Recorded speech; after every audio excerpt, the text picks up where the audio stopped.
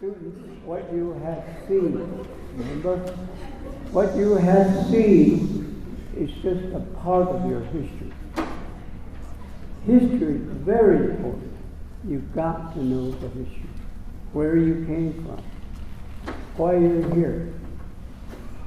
It's a long story, and we have, like I said, very limited time. But that's just to give you a sense of the history of your people, of how Hopi men were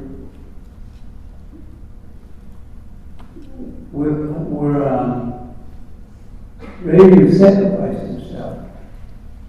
So we, the Hopis, can be independent. Independent to design, develop our own way of life and culture. And so it's very important that you learn the history.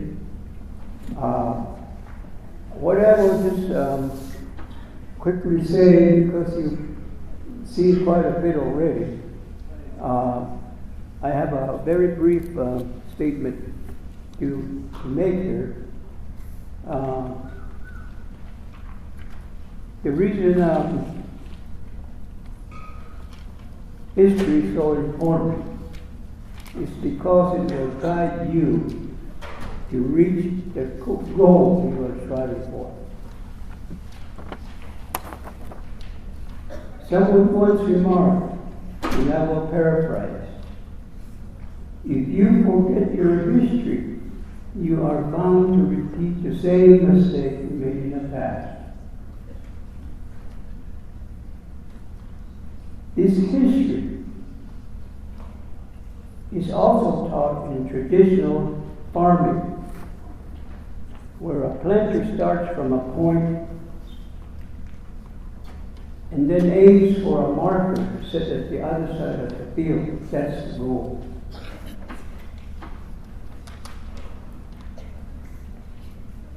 The planter starts planting. In every field times he plants, he looks back to where he came from so he can realign himself with where he's going. That's why farming is so important, because there's so many lessons that you can learn from it. And I hope that traditional farming continues. It's still continuing today.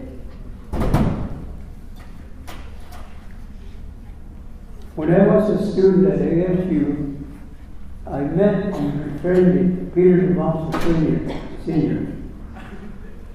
for the village of Samoa. He became my mentor. He taught me about the Hopi way of life, Hopi history, prophecy. Now, what he calls it. He really wanted to bring Hopi students back home from boarding schools so they can learn Hopi language, traditions, and history. He was concerned that young men and women were no longer getting initiated into Wiltshire, Marau societies because they were not allowed to come home. He then showed me a black and white yarn, which I still wear to this day, right here. He said this one represents the Hopi way of life. The other one represents the Pahana world, or as we say, the white man's world.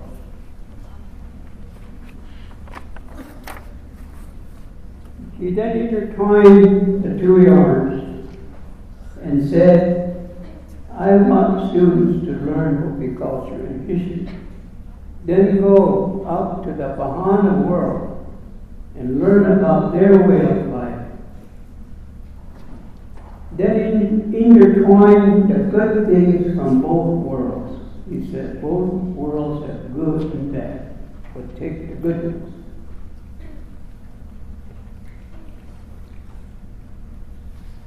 And then pursue your growth. And at some point, he says, you will become the eyes, ear, and tongue of your people. You, students, will become the eyes, tongue, and ears of your people. That's a big responsibility, but it's worth striving for. Peter's dream and hope came true. A $20 million Hopi high school was built and opened with great fanfare. Hopi students came home. Finally, they came home. The school was a success in many ways. For example, English scores on standardized tests soared as student morale. Students excelled in athletic fields, cross country, teams, both boys and girls, won state championship. Unheard of for any school so new. Now, today, right now, many years later, they are asking, why are there no jobs? Why is there no vocational training? How can our school make our future bright? Your homeland is in limbo. Neither proudly Hopi nor completely modern.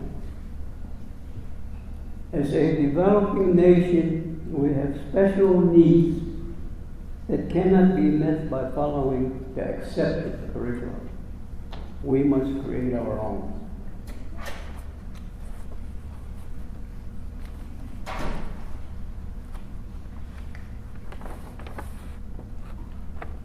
It is in this context we were honored to speak to you about your history, about the expectation we have of you kids. We believe that this gathering will be just a starting point for motivating you to become concerned about the future of your culture and inspire you to become actively involved.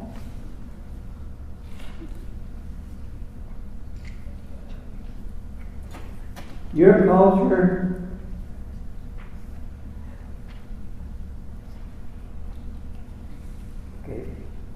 I'm sorry about that.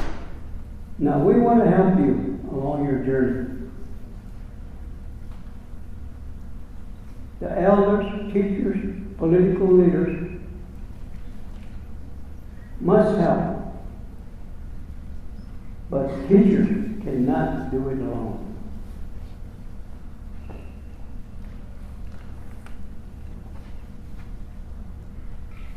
They need us. Teachers need us. And we're here to help.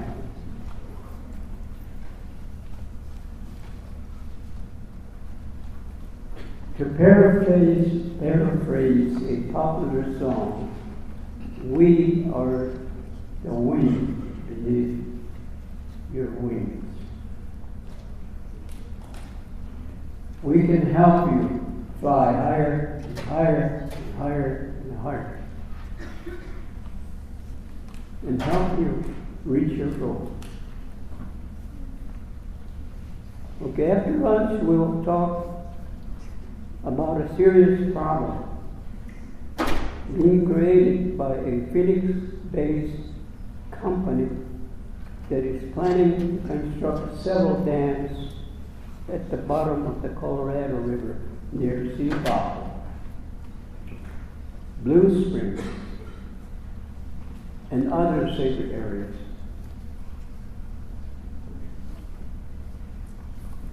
We want you, students, to become involved in saving Sipa. Sipa is so important. It is the heart of Mother Earth. She is represented by Hawaii wood. The heart of Hawaii wood is Sipa. If Sipa is destroyed, it will cause the end of our way of life. So we must become actively involved, and that's what I want you guys to be talking about as we go down the road. How can we help? How can we help? There's many ways you can help. And I'm sure there are many people here that have many suggestions on how you can do this for us. Okay?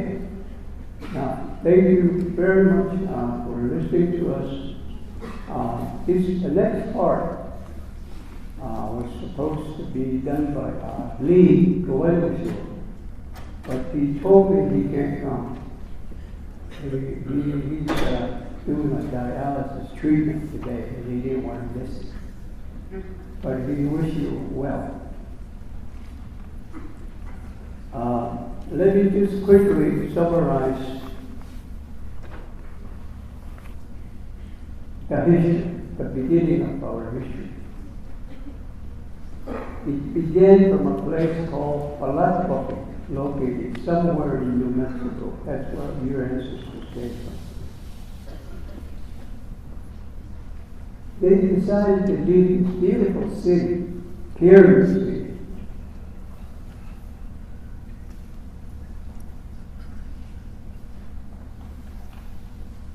because the priests took over and turned it into an evil empire.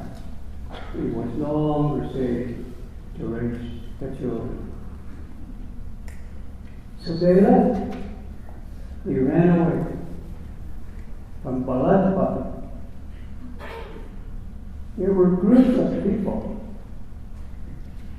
One group of Hopi ancestors, I understand, and I got this from our Dalton Taylor, followed the Rio Grande River. And they went clear up and made a Mesa Verde. And then they turned around and started heading here. Another group of people didn't make it here. They decided to just stay, and those are the Ho'ohana people.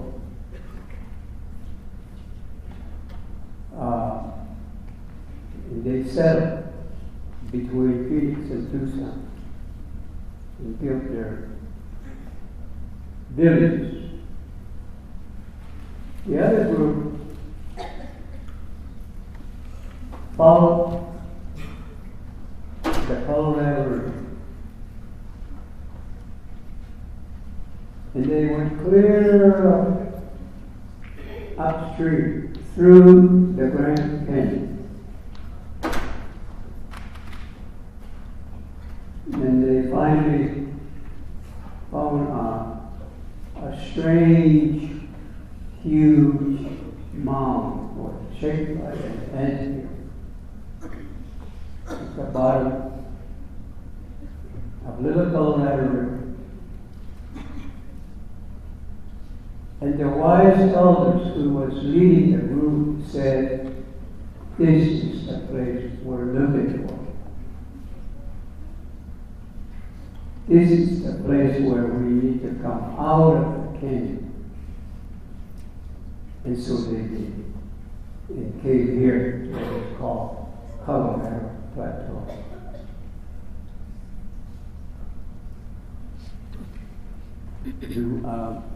We were going to show you, I guess it's not ready to about the journey that has lead in it.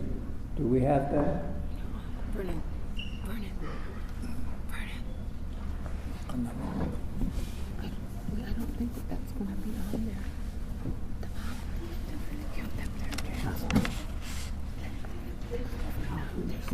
There's no film.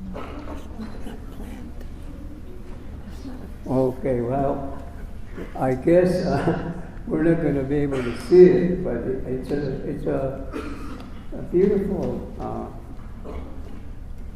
video of the Grand Canyon with all of the petroglyphs on the walls put there by our ancestors. Okay. So they came out of the canyon and they found footprints. Someone was already here, so they searched for the person and finally found him below O'Reilly, south of O'Reilly. He was in his field. He had a cornfield in a desert where there was no water to irrigate the field. Yet he was doing pretty good. And so the ancestors, after days of talking with Masa, that was his name, by the way, Mas. After days of talking with him, they finally asked, the ancestors finally asked, may we stay here with you? Will you be our leader? And Masa says, that is not my choice. Come by the moon, that's up to you to decide. I can't decide that for you. But look at me, look at how I live here. It's hard, very hard. Now, if you're willing to follow that hard way, yes, stay. And the ancestors finally said, yes, let's stay. Then Masa said, okay, you have chosen to stay, but before you settle, you have to migrate all over Colorado Plateau. And as you go from here, which is Seabach, when you start migrating out like this, and as you go, build villages, put writings on the walls, keep going, keep going. The elders will see a sign at which time you ought to come back. And that's what happened. That's why there's the footprints of our ancestors, which is your footprints, all over Colorado. We had invited Lyle Palenqua, who is an anthropologist, to take you on a journey through the ruins, the rock writings, and everything else, but he has another problem. His brother is, I guess, in the hospital. So that's unfortunate. But one day he'll come and show it to you. So many groups left. Some decided just to keep moving on. Some decided to come back. And those are the present Hopi, Sino, Motisino we are called. We were never called Hopi people. Motisino, meaning the first ones, the ancient first people. So they came back, settled down, and started building villages. And then started a new life based on Masa's teachings, which is very important but we will take a workshop because it's important for you to understand his way of life. Very important. And so that's what happened. Marcel said the reason you need to make those footprints is because another group of people, another race of people are coming.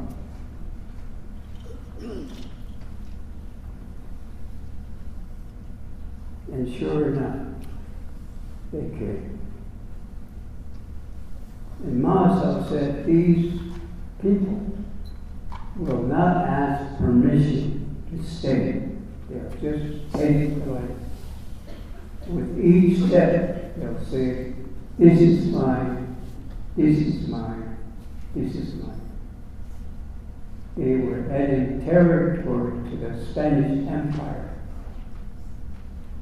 And so they came. So Marcel said that's the reason why you need to make a footprint so each people will know. Maybe they will not respect, but they know each area is already set. Some people said, but there's nobody living there anymore. That's not true.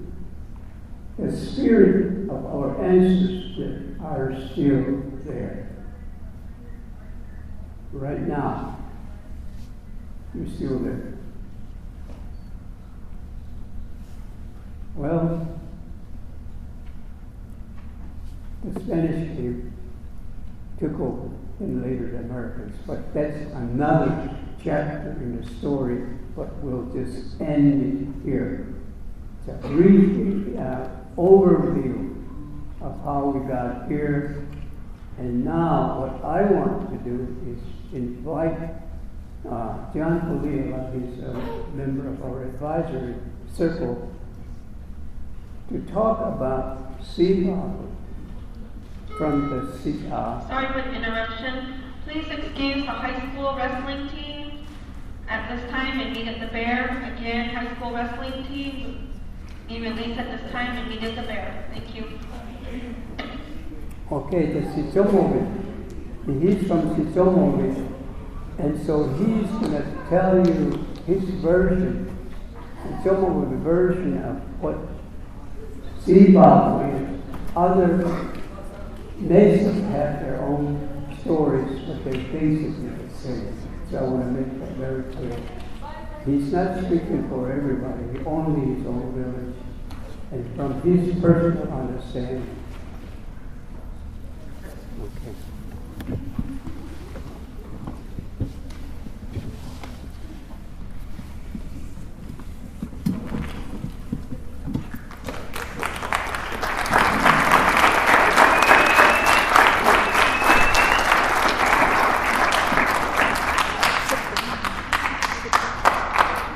Thank you.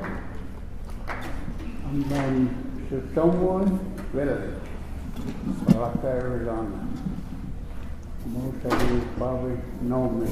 And what I want to point out to you is how important Sipa is to Hopi, to us, the young generation like you. We all migrated from Sipa by Marcel. And Sipa is a lady. We Hopis call it high-worthy. High-worthy. So during our migration, we all Sipa is a human, a lady. The cord that comes out from the lady is a bamboo. A bamboo. We all breathe through there until we are delivered, then they cut it. then it's up to us to breathe on our own. So, Sipaponi is very, very important. Today, we are in water crisis. If we die down, the Sipaponi is going to die down too. So don't let the water go down. Don't waste the water. That's life. That's life to Hopis. We all grew up being lectured, do not waste water. So you all remember, don't mistreat a woman, a lady, or a girl, or grandma, or any female. Don't mistreat them because we came from there. We all came from there. The son is the father. The master is a grandfather. I'm a Coyote clan, and there's no Fire clan, no Master clan. So, that guy who was responsible of the Master have talked to me at my younger age like you. I was very high. He talked to me, and there will be a time that you will tell your generation kids to remember to speak and understand Hopi. Hopis are very, very important people. They're the ones that Masao invented what we are doing in Hopi life. So if you see a Hopi elder, women or men, always greet them nice. I encourage you students to understand and speak Hopi. I started speaking Hopi when I was small. So I just want to point out that Sipaponi is down in the river. The closer it gets, is a shrine in the plaza all through the villages, in Akiva and outside, where we all make our prayer, where all our display our prayer feathers. That is our way of life. Don't forget that. Shrines are very, very important to us. They say, older people say, this is going to end all the ceremonies. Don't let go of your cornmeal. Corn people are very important people. This is what Tap was handed down to me. So I'm speaking what old man Chaka have told me. I'm not getting from book, movie, nowhere. I'm getting information. At that time, my younger age, I got it from Chaka, who imitates the master. Lives right across where I live at. So Sipaponi is very, very important to us people. It's all over. We Hopis call it Hopi. When you carry a cornmeal, go over there and make your prayer what you want to do. Life is getting shorter because we are doing it ourselves. We're not respecting our Hopi way of life.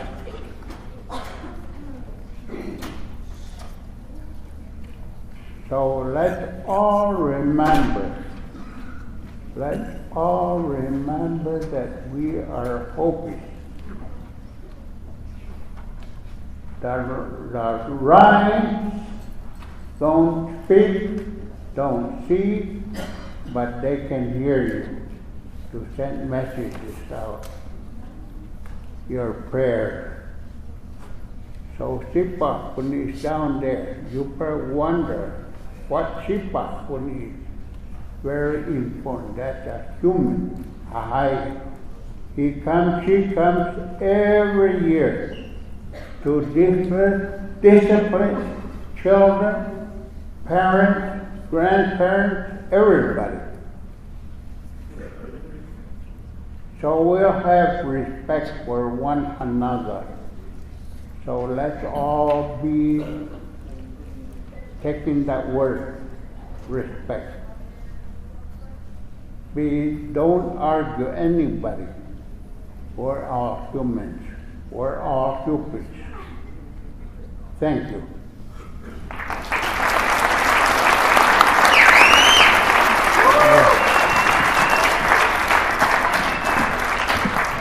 I just didn't realize this until I was talking to him, but every piece in every village has a shrine, Sipa. Every village. Every kiva has a Sipa. All connect to Sipa.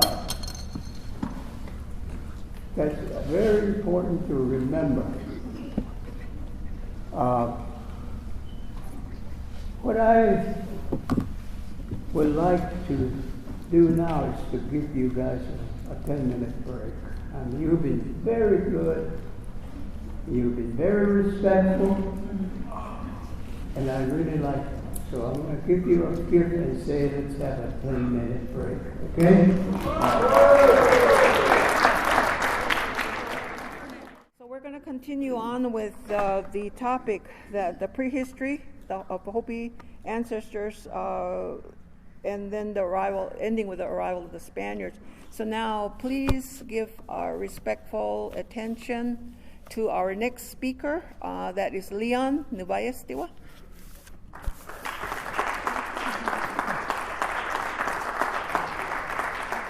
Testing. I want to make sure that I'm being heard. The first language I learned, and your students here, the first language I heard was Hopi.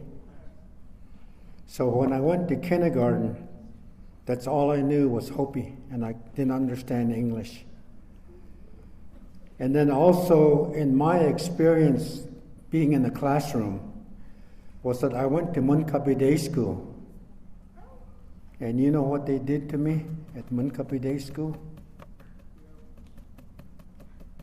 Guess. They told me that we couldn't speak Hopi in the classroom.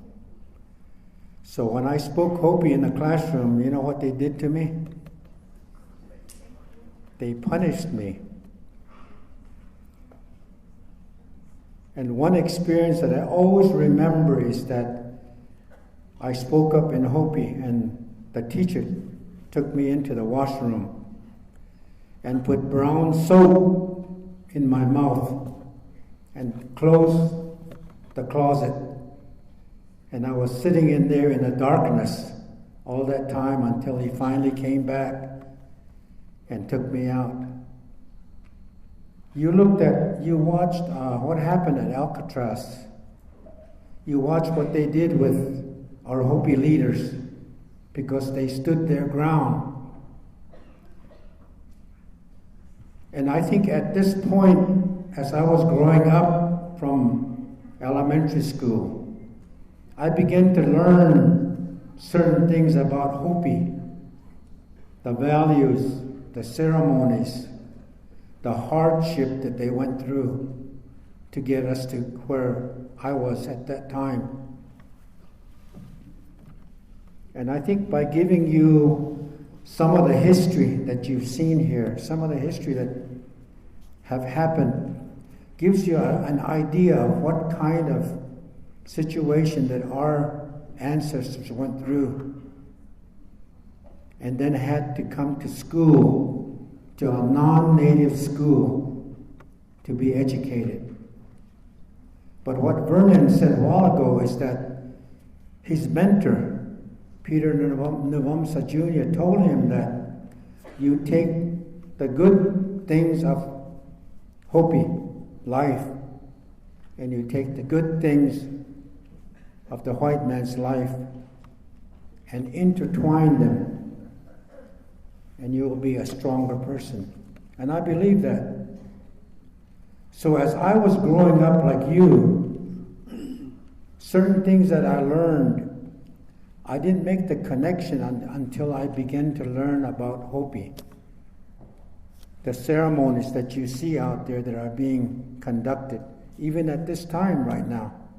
One of the villages is still going through one of their ceremonies.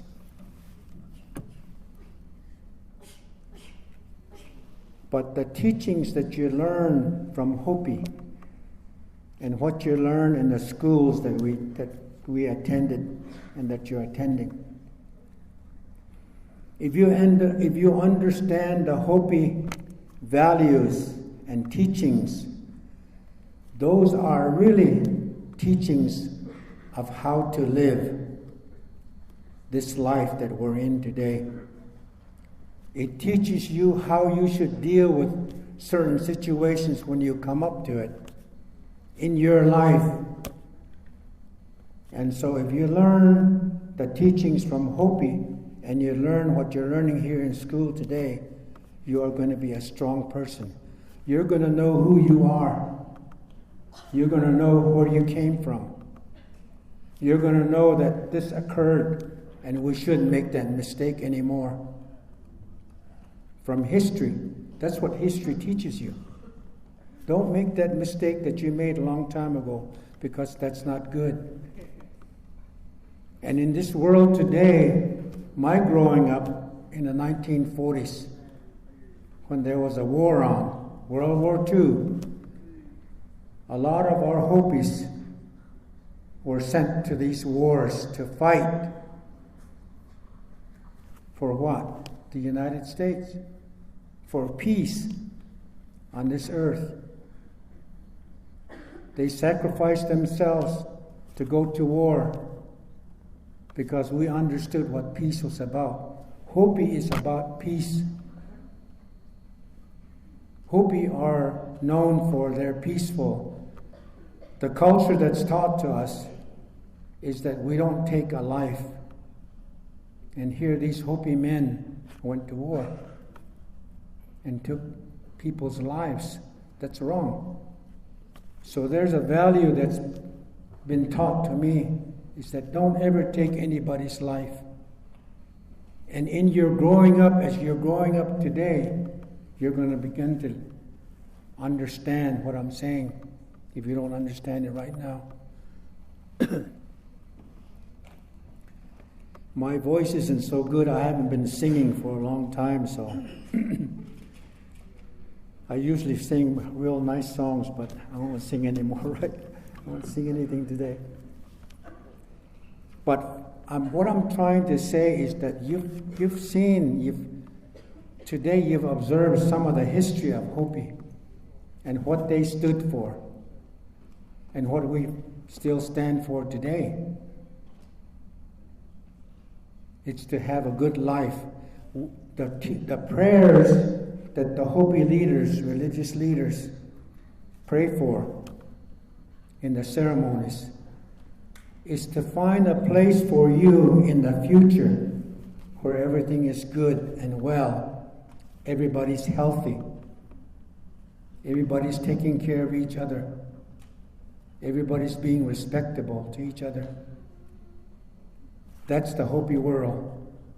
And someday in the future, in the prayers of our Hopi leaders, religious leaders, they're saying, we want this place for our future generations to be at.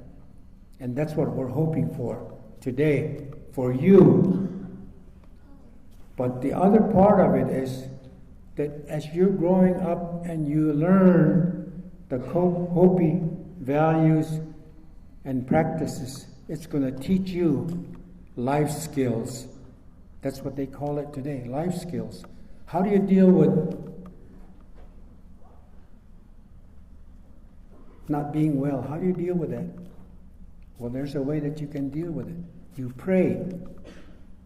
You pray for, if you did something wrong, you pray for forgiveness. Prayer is very important. You're going to learn that in the Hopi culture. You also learn that in the outside Bahana world, as Vernon is saying. So the teaching from Hopi is that if you take the good from the Hopi, you understand who you are, where you came from, and you understand the white man's way of life, and put the two, twine them together, you're going to be a strong person. You're going to be a person that's going to be a leader in this world. And that's what we want for you. We want you to be strong leaders. We want you to be leaders that will make positive changes in our society. Right now, our society, our world, is being impacted by negative things around us. We have meth on this reservation. We have alcohol on this reservation. So it's impacting all of us. But the Hopi teachings that you need to learn are going to make you strong. And Hopi teaching also tells you that you have to make that decision here in your heart. Once you learn more of what Hopi teaches, it teaches you that you have to be committed to it, just like we were to Masao. We committed, we made a covenant with Masao to live in his way. So we as individuals have to make that commitment from our heart to be that kind of a person. And you, when you were born in this world, you were given all of the skills to excel in this world. So what you learn here in school, if you believe in that in your heart, that you have those skills, you are going to excel. And I've seen it happen. I came from a boarding school, and to me, I thought the boarding school, they really didn't teach me anything, but I guess it did. It taught me how to excel. But the Hopi teachings were there that I learned from my parents, my grandparents. We talk about the Hopi High School cross-country team that excelled. We talk about other things that are being accomplished at this school, where we see a lot of excellence happening. That's what we want. And I know that you can do it. You just have to be committed to it. But you have to learn those values and principles that are there from both worlds. Combine the good, and you're going to be strong. You can be brave to take a challenge and say, I can do that. The cross-country team, they did it. That's the way to do it. You can do that within your in the academic world. You can excel. I've seen it happen. And how do you say that? the people that went to school with me. What are they called? Classmates. My classmates that graduated from Phoenix Indian High School, I can look across and I can say, that's a Phoenix Indian School student that's excelled. Peterson Za, he was my classmate. Played basketball with him. He excelled. So there are examples of boarding school students that have excelled. But what did they have within them that made them do that? It was their grounding in their culture. And that's what we want you to be, is grounded in the future. Understand what Hopi teaching is about, that life is precious, that you have the ability to make change. And I look to you. Historically, you might not even know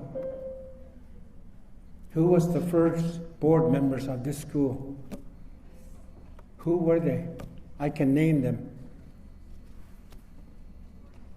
Daniel Honani from Wankapi. Dr. Yukioma. Do you know Yukioma? From Hotbella. Patsy Ross. Was it Patsy Ross? And myself.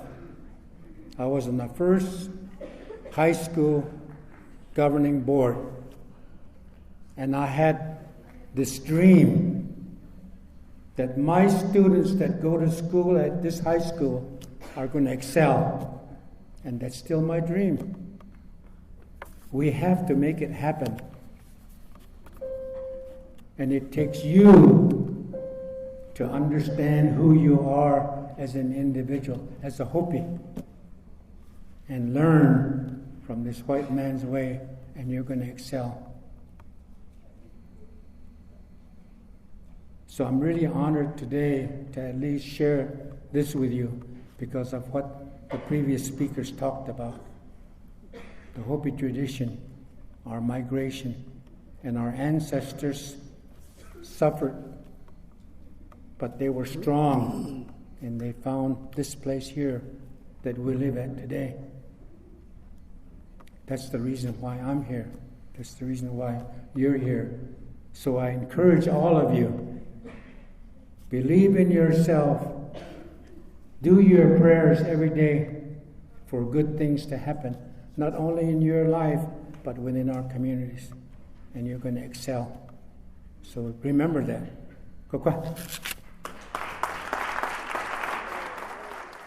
I'm going to introduce the next three speakers. That's Bucky Preston. She'll be speaking to traditional farming. Sheila Nicholas, the importance of language, and then Eva Nevaya-Stiwa, the role of a Hopi woman. So they can go one after the other.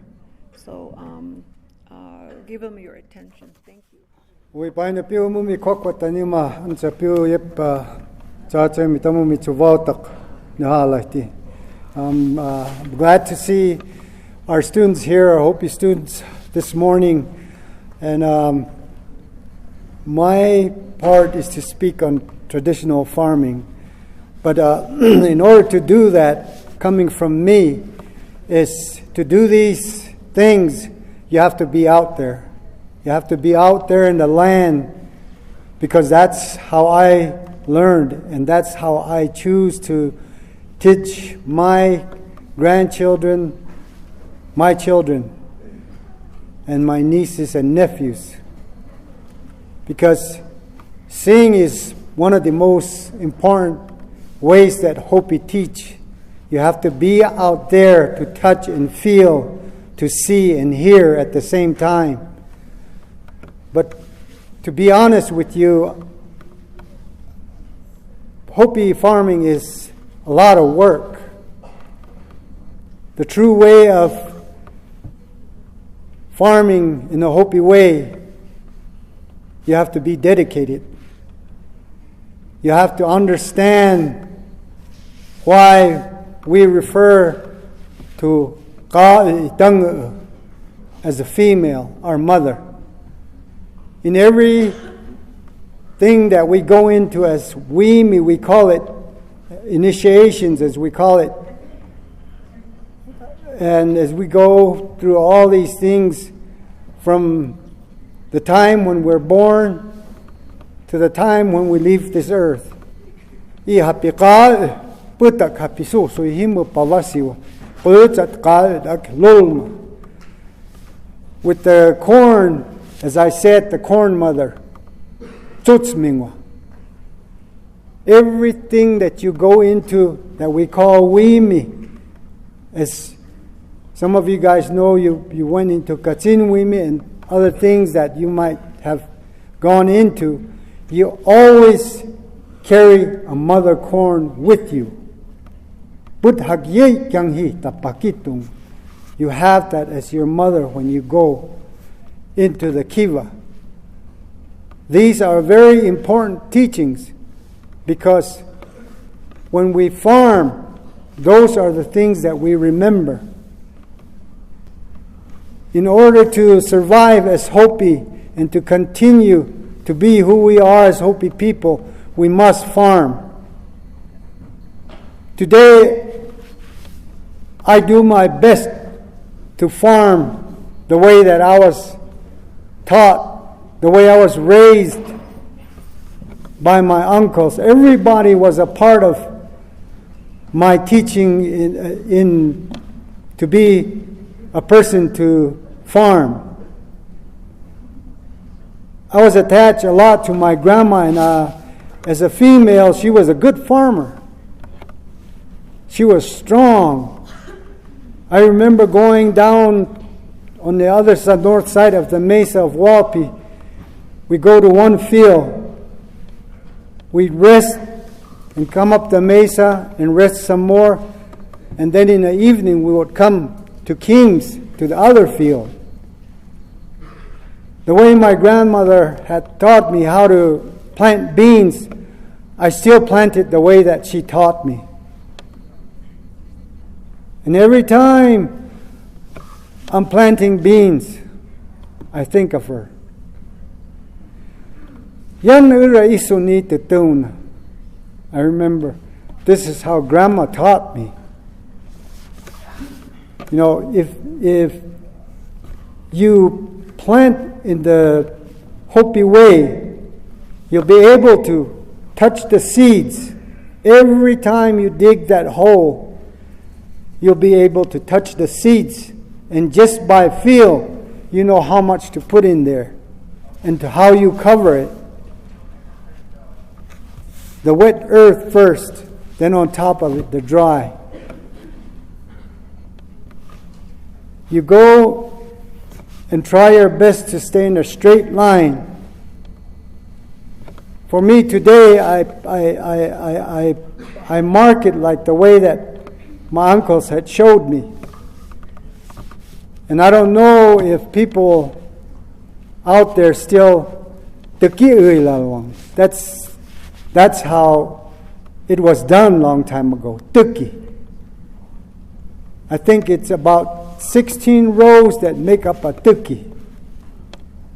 But they're in rows that you plant.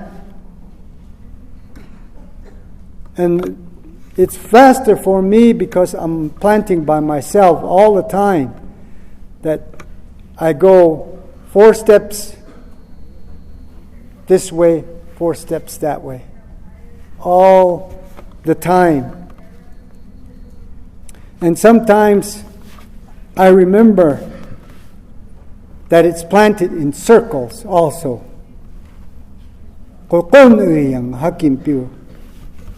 There's different things that we have forgotten because in the name of technology. A lot of people I see that use tractors, and they have huge fields. I have 5 fields. But I choose to do it all by hand. It disciplines me. See, that's what we lack.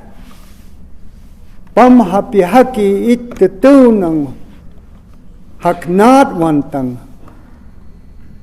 You look at yourself. Am I going to be able to plant this whole thing by myself? There's prayer, meditation, having faith and belief.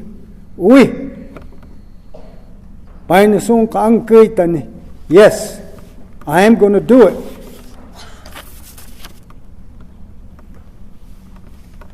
I just have 2 more minutes. There's a lot to everything. You can't learn anything in this short time.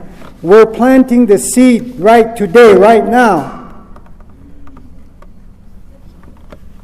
And that's one thing that I want to plant here today. Itam hapikana kyaptit yese. A lot of you, maybe the majority of you, don't understand what I just said. There's a lack of discipline. For that reason, there is no respect.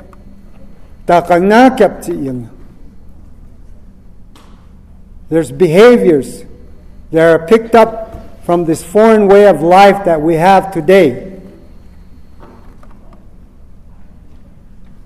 It concerns me because I've gone out many places to look at people who have lost their language, and it scares me.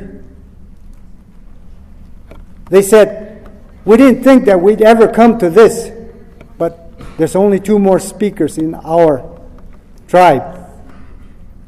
There's a lot here at Hopi, but we're going so fast toward that direction. Nami hapi unang tapya hapi itaw pilaway katsatu ta put hapi tukay vayani. You discipline yourselves and tell yourselves, I want to learn Hopi. I'm going to learn Hopi. I'm going to speak it. That's what you must do for yourselves. And talk to your parents, your grandparents, uncles, aunts. Help me. We're not coming together. That's what needs to be done. Remember, it's lack of discipline. I'm not scolding you because this is a great concern for me. We see things, but we don't correct it. Why are we like this? Because we're not correcting it. My life is inita uncles. But I love my uncles. They disciplined me. It's gotten me where I am today. So kokoi. No hopusing no near kind of sis motipan what umamina matak nani no Sheila Nicholas yan pahan matsu kyang no sango pangaksin no obin no Kotsahon manayan Hopi matsu wa put no kalubong wa. He's ayakam yaf nanbut ya. So I introduced myself to you in the Hopi, and I'm sure that most of you are able to do that. I'm from the village of Sangopavi, Sun Forehead. Kotsahon Mana is my Hopi name, and Sheila Nicholas is my English name. So I'm talking about Hopi Lavai, and it's a language that was my first language, just like Leon said. But at kindergarten, we didn't actually have kindergarten. When I went to first grade was when I was first starting to be told to not speak my language. I didn't suffer any of the punishments for speaking Hopi at school. I went to the mission school until about third grade. So a lot of my language talk to you for a few minutes is about my own journey, about how hard it is when you leave that language behind. So Hopi, being my first language, was silenced when I was 8 years old in third grade, public school in Winslow, Arizona. And the reason why it was silenced was because learning English, I had a funny accent because Hopi was my first language, and it had that impact. I was made fun of by my friends who were not Hopi, sometimes by my Pahana teachers. So I did go home and I cried about that. And my mom told me, with her best intentions, with her love for me, she went to boarding school. She told me, maybe you should just put away your Hopi language and start learning English. At those times, being raised as a Hopi child, you listen to your parents. And I did that. I put away Hopi Lavai. All from the time of 8 years old until maybe 1991. I didn't speak it. But for me, I was glad to have always understood the language. So I did a lot of traveling. I wasn't out here very much. I'm one of those who grew up off the reservation. But during college days, I ended up meeting my taha, Emery Sikiakwaptiwa, at the University of Arizona. I started working with him with the language, and at the time he was spending a lot of time saying he learned English by reading and writing it. So maybe we can learn Hopi by reading and writing it. So I joined him. I used to come out here to Hopi High School during the time Miss Fredericks was teaching Hopi language with Jesse Dalaswaima.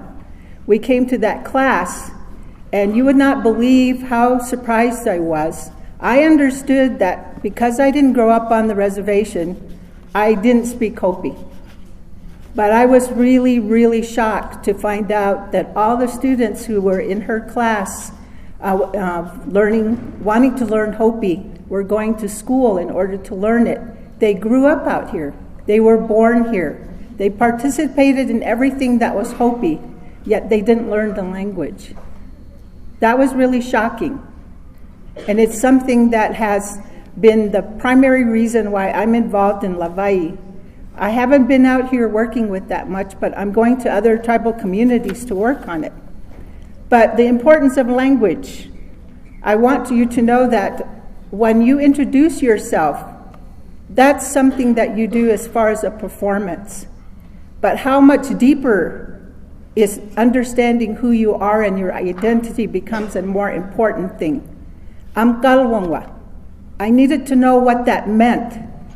And for me, I understand that you have to apply the teachings about your clan history and your clan purpose to yourself deeply in order to live that way of life, to be looked at as a Hopi person. And that takes a lot of understanding of the language and asking questions. I'm also going to tell you a joke, and those of you who understand it, I hope you'll laugh, because that's another thing that we like to do a lot, is joke. And if you don't understand a joke, or if you can't tell it to someone, that's a big loss. So I'm going to tell you a quick joke. Those of you who understand it, I hope that you will laugh. It's like,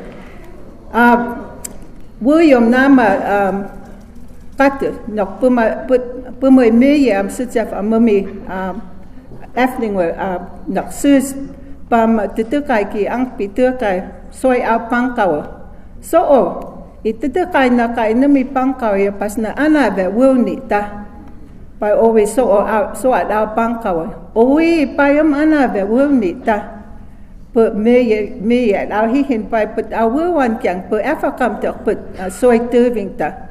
Noksen na iwil ni ungak makiwa o sen pin na kwaad ang iwil ni makiwa so at au pangkawa payam song ka kwai ang iwil ni makiwa is pin not himuta. So I heard quite a few of you laugh, so there must be more of you who understand Hopi, correct? That's great. Now, the reason why I'm able to tell that joke today is because I work and live in Tucson. My mother passed away. I have no one to talk to in Hopi or listen to in Hopi. So I have to find ways to practice this. And I told you that I put away Hopi since I was 8 years old. It took me about 15 years to bring it back to life. But the good thing about it is I really believe that because I heard Hopi all the time, it went inside me somewhere. And if you believe Lavai is an energy, it's a spirit, and you take it in, what you need to do is bring it back to life yourself. So some of the teachings that I've been thinking about a lot today are things that I've heard over and over by a lot of elders. I hear it, and so now I think about those quite a bit. One is, Yauhisat itam itakati katuvosit au ikini. Ovi hak sumatinen suput wat namusta mantani. That means that our life is going to be tested. We're going to find ourselves looking at difficult times. How many times have I seen that happen? How many times have you heard that happen already from the talks that we heard this morning? But what happens is the best way to get over those is to go back to your way of life, the teachings that are here.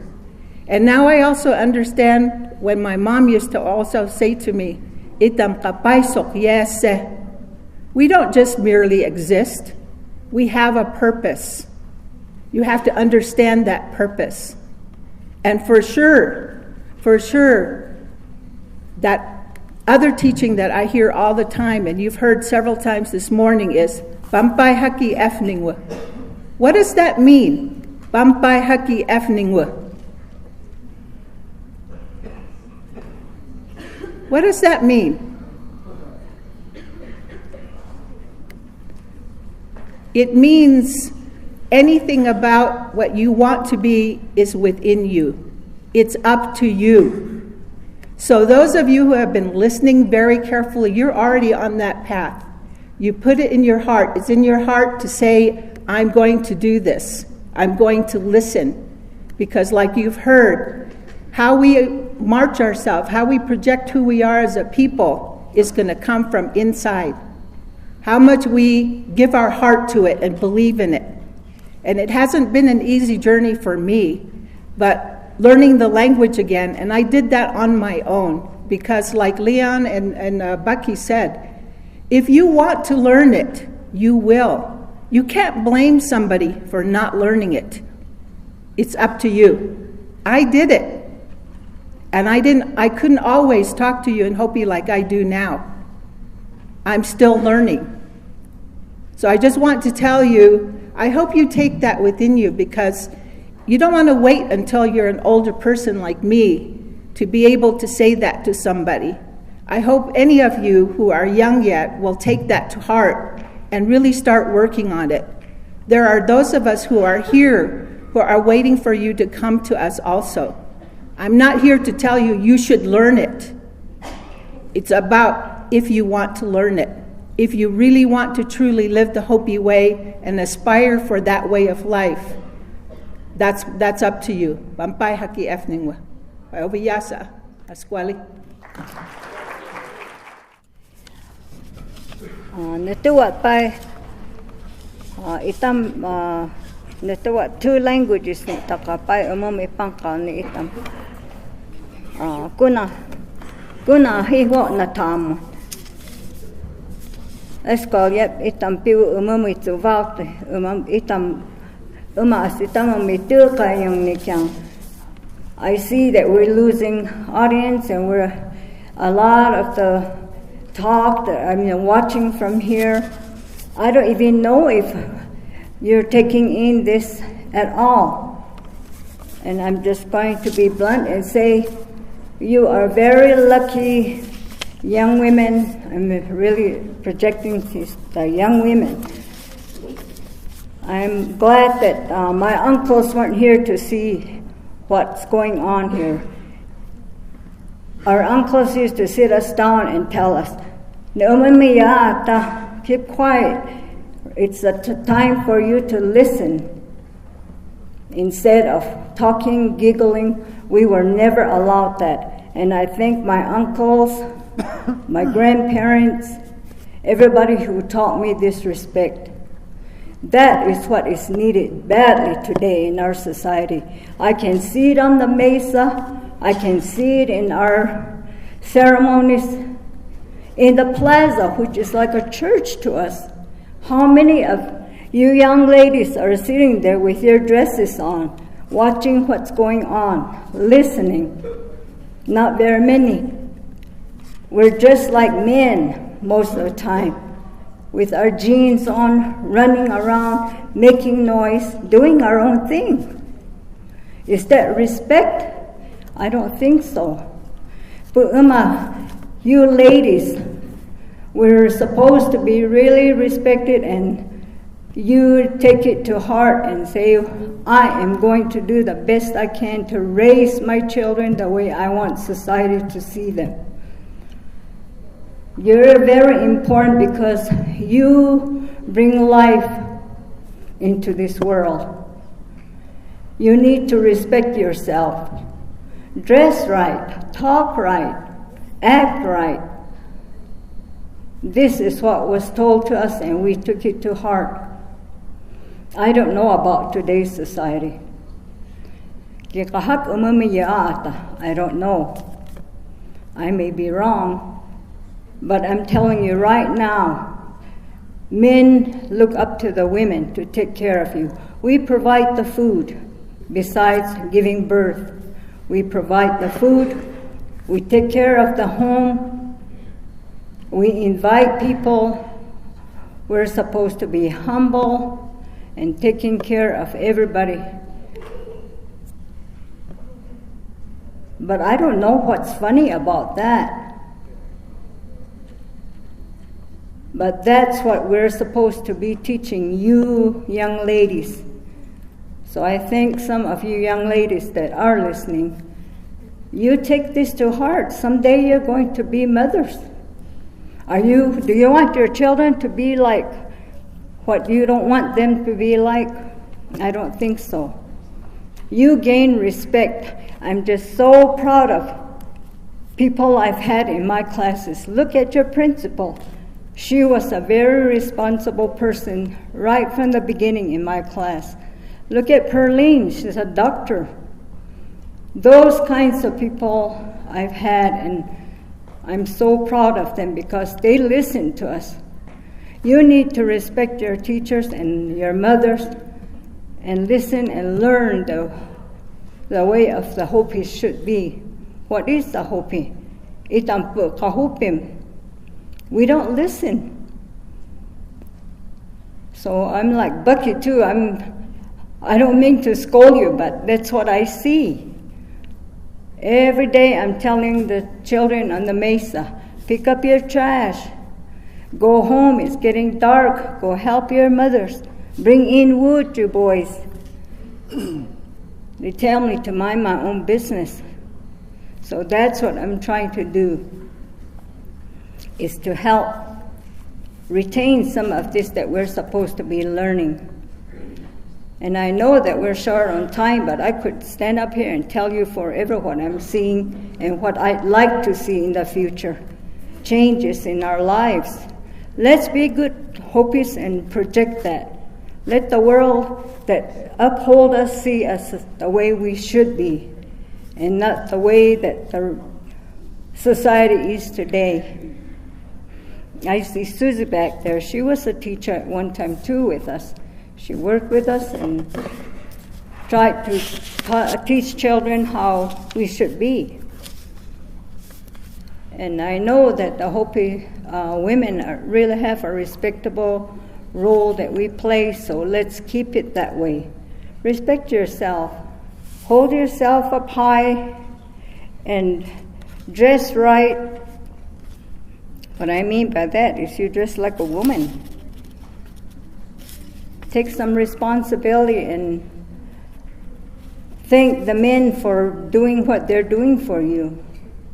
We always thank our men when they come home. Even when they bring in wood.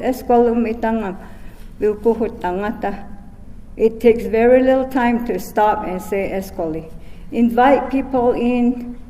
Tell them to come sit down. Partake of your food. That's how we're supposed to live. Don't shy away from that.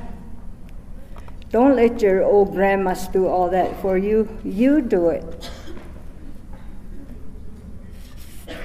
So I'll leave you with this thing. Think about it. What I'm saying, do you take it to heart, what you'd like to be like? How do you want people to look at you? What are you going to teach your grandchildren one day? I talk to my little 14-year-old little toddler all the time. She's learning a little bit of Hopi, and she's learning a little bit of Tewa, because that's what I speak. My daughter Marissa here now, she's doing her thing, working with the Colorado Plateau, but she comes out here to give us help with every ceremony that she feels obligated to come. I see Hawthorne back there and Lillian, they work hard to try to instill our way of life. Our way of life is not easy. So let's take some of this to heart that all the men were talking to you about. And as women, we're supposed to keep quiet and listen. So let's still do that. Uphold yourself and be a good role model in society. Thank you.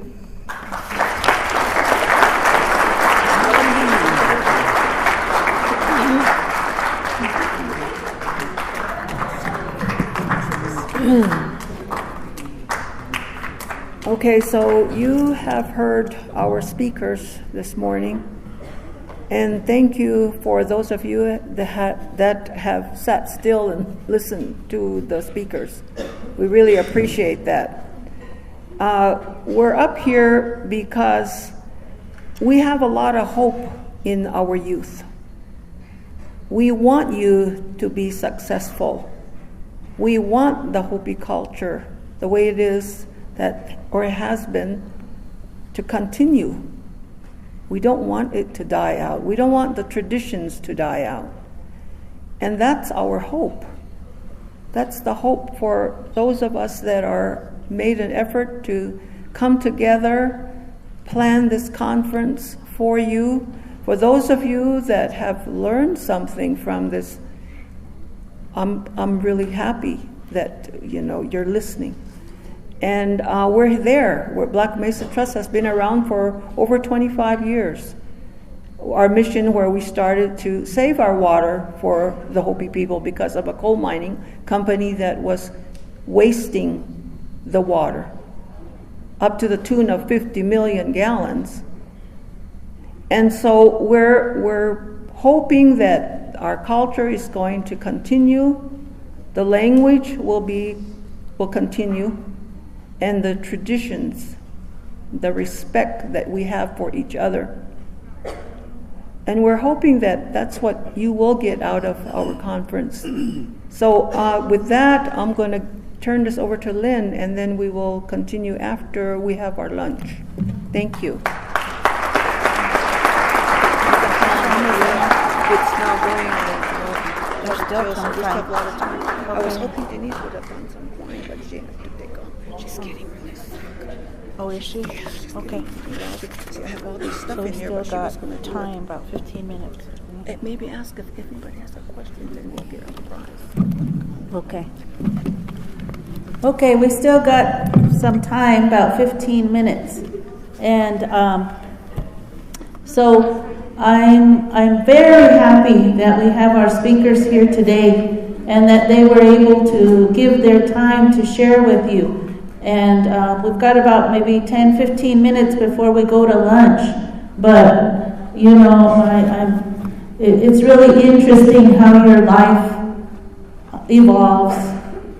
And I guess I can tell my story of language and culture from the perspective of, I guess, a younger person, but then I consider myself getting older too, because I'm in my 50s now. My father passed away when he was 50, and I thought, you know, I would never get to 50, you know, thinking that was old, 50. And I think when I'm in the classroom teaching, then the students, you know, oh, like 30's old to you guys, you know, 30, oh, wow, you know. And I've been teaching for 20-something years here at Hopi High School. And remember when I first came here, when I was a lot younger. And the people up here on stage are really significant because from my Head Start teacher way down there, you know, and coming back, and she remembers me in Head Start, and Sheila Nicholas, who worked with me when I was teaching the Hopi language class with Emery Sigyapaktiwa, and from Vernon, Masaiswa, and Becky, who were instrumental in me coming back out here to Hopi. My story is very different, I guess, as I didn't grow up out here. My father knew his language fluently. He's Hopi, and my mother's Navajo, but being from two cultures, it was very difficult to hang on to a language when my parents both spoke two different languages. And my father, I remember him telling me stories that it was much like Vernon's story, that when he went to school, his first language was Hopi. He was from Samopavi. His name was Milo Galetaka. He was from Shinobavi. And he used to tell me that they used to walk down the hill from the mesa every day. They didn't have buses. They walked down from the mesa, went to school. And when he had his first experience going to school, they couldn't use the language when they went to elementary school. They put names up on the chalkboard and told him, you can't use your Hopi name when you're coming to school. You're going to have to choose another name. And the names that were listed up on the board were from the Bible. And they had to choose a name that they were going to go by when they went to school. Even though they already had Hopi names, they couldn't use those when they went to school. So I remember my father telling me that he'd always forget what his name was, his school name was. And yet he had the shortest name. It was Milo that he chose up on the board. And I know my grandmother's name is Terja, which I think should have been Tirja, you know, in the Bible. But if you think about it, some of the English names that, like my father's generation had, was because they had to pick it in school. And they'd always forget what name was it that they went by in school. And I remember him telling me that when he went to school, they couldn't use their language. In fact, they got punished for it, even talking about it. And so they were quiet for a long time. He said he remembers in school being quiet for a long time because they only knew how to speak Hopi. But they gave them these little readers, I guess, that they read in class. It was like, Run, Jane, Run, or I don't know, those real, I forgot what they would call them. Yeah, Dick and Jane series. Sit, Jane, sit, you know. So he would tell me stories that that's how they would start talking to each other, you know, to his sister Bertha. Bertha, sit, run, Bertha, run, you know. And then they would practice like that, you know, talking English until they learned how to talk well. But I think from that experience of him and school where they told him it wasn't right to speak Hopi, that it was difficult for them to be treated differently, I think in his generation, in their mind, it sets a tone of something's wrong with speaking our native language. Something's wrong in a school system where we can't use our language, we can't use our culture. And so for me, when he had me as his child, I think he raised us thinking that he would do better for me if he didn't teach me Hopi and the culture. That somehow I wouldn't have to go through the ridicule or not being able to use the language or being treated differently. That somehow if I fit in with the mainstream society and he didn't teach me how to speak the language, that I'd be better off. And so that's why you saw the next generation of people not speaking it so fluently, because for their kids, they thought it would be better for them if they didn't speak their language or practice their culture. So I grew up away from the reservation because my dad was a professor and he taught at different universities. Yet he wrote one of the first books on the Hopi language. But in the home, when I was growing up with Hopi and Navajo, I didn't speak the language because my mom and dad couldn't speak to each other in their language, and we lived away. Although they both spoke their language, their native language, fluently. So for me, my story is coming back later on. I come out here for the summers to see my grandmother and on my Hopi side and my Navajo side, and I spent time out here, and they did teach me aspects of the culture, but I didn't live out here all the time.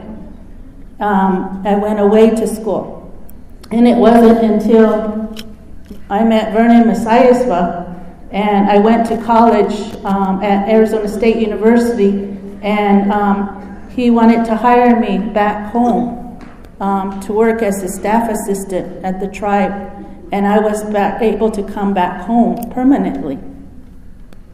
And then you realize later on how important your culture is and your language is when you don't have it.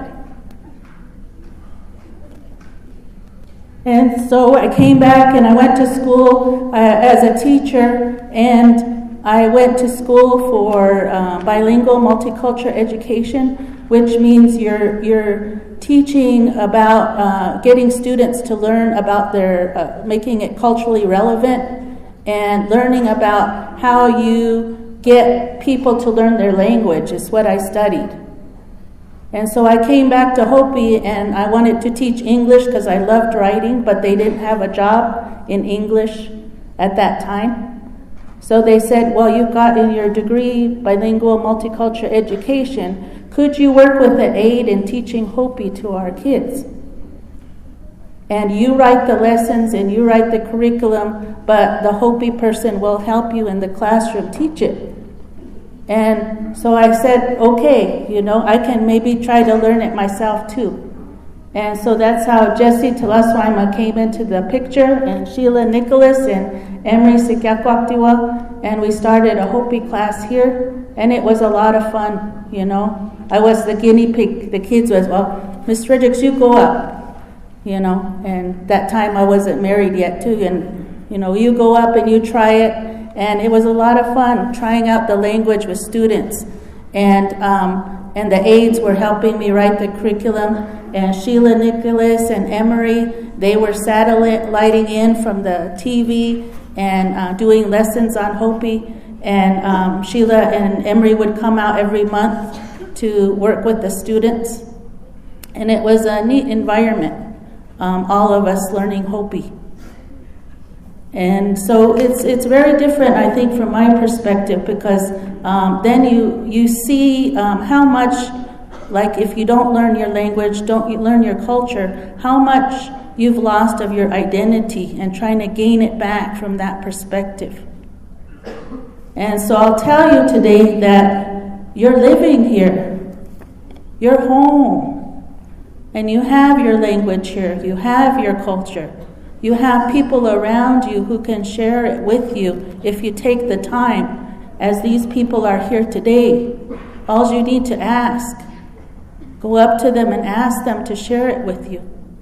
And your elders with the stories, tell them to share it with you, and take time to listen. Because when you lose your language and identity, you lose a part of who you are. And you don't want to do that, because those are the things that are going to give you strength when you go out into the world. Those are the things that you're going to find that are going to truly connect you to the earth. And so I think that's what all of the speakers are really trying to tell you today, is try to always remember who you are. You're not about the social media. You're not about trying to look like all those other people that you see on the TV and on your phones, because you already have something here, a lot stronger.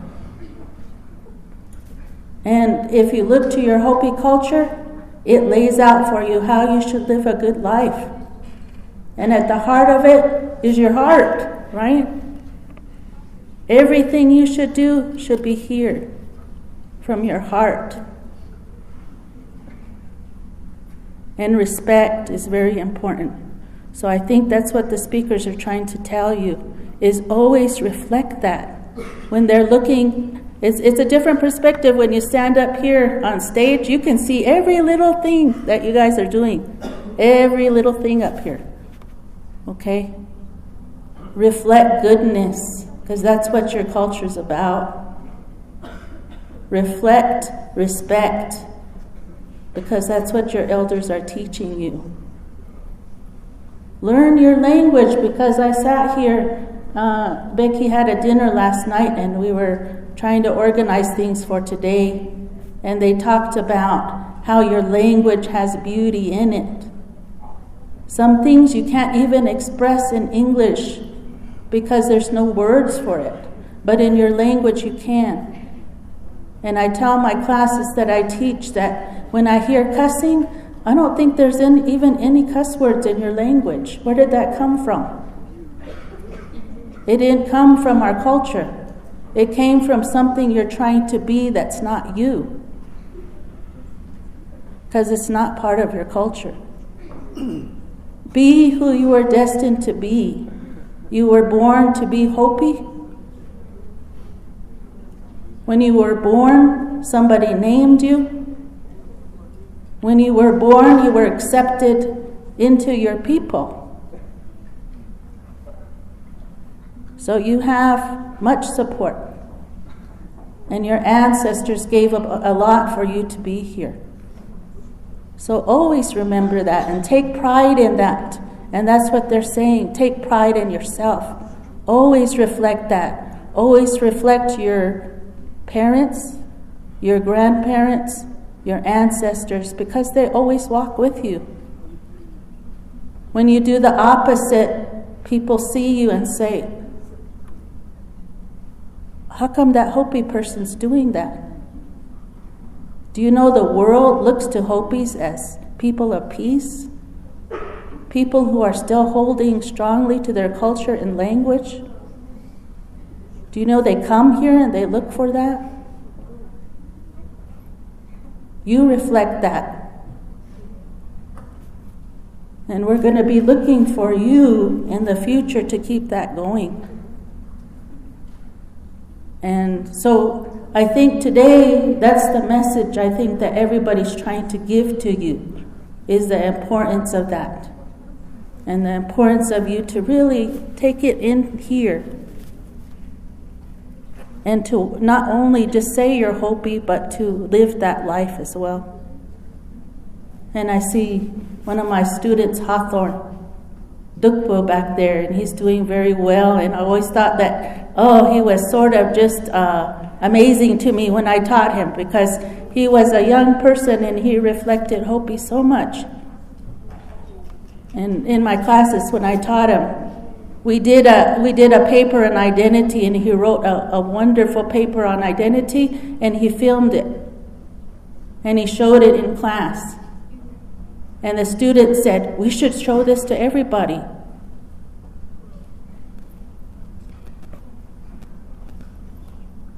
That's what you should be doing.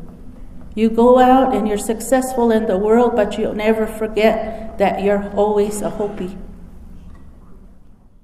All right. After the film, we just want to spend a little bit of time. If anybody has any questions of any of our group up here, Victor was the one who was instrumental in putting our documentary together, along with some few helpers maybe. And then Kendall is one of our, he's going to be our motivational speaker. But if you have any questions, and Vernon, of course, here, anybody has any questions on the video? I'm sorry? I can take it down there, maybe, or under.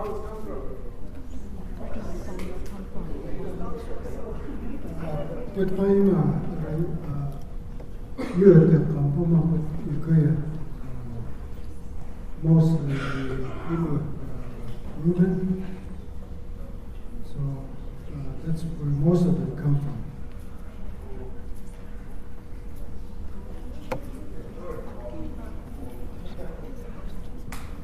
What we are going to do is leave a copy here. That's our gift to the school.